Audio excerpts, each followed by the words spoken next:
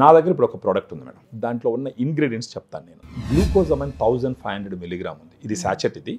తర్వాత దాంట్లో chondroitin 1200 milligram, curcumin 1500 milligram, boswellia serrata 250 milligram, piperine 15 milligram, vitamin C 80 milligram, pinus gerardiana bark extract వచ్చేసి 100 milligram. So 8 ingredients ఉన్నాయి.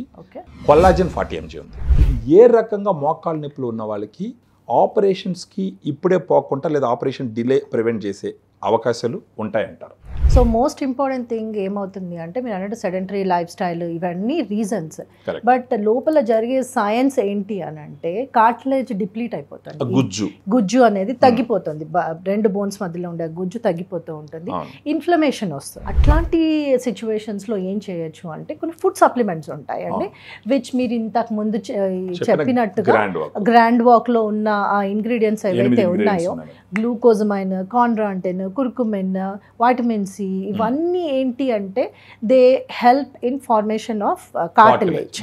Especially glucosamine ఇది extensively research and clinical trials కూడా చాలా చేశారు with that specific amount. మీరు చెప్పిన 1500 mg గ్లూకోజమైన్ ఏదైతే ఉందో that is been extensively research and proven again and again that it is effective in knee pains.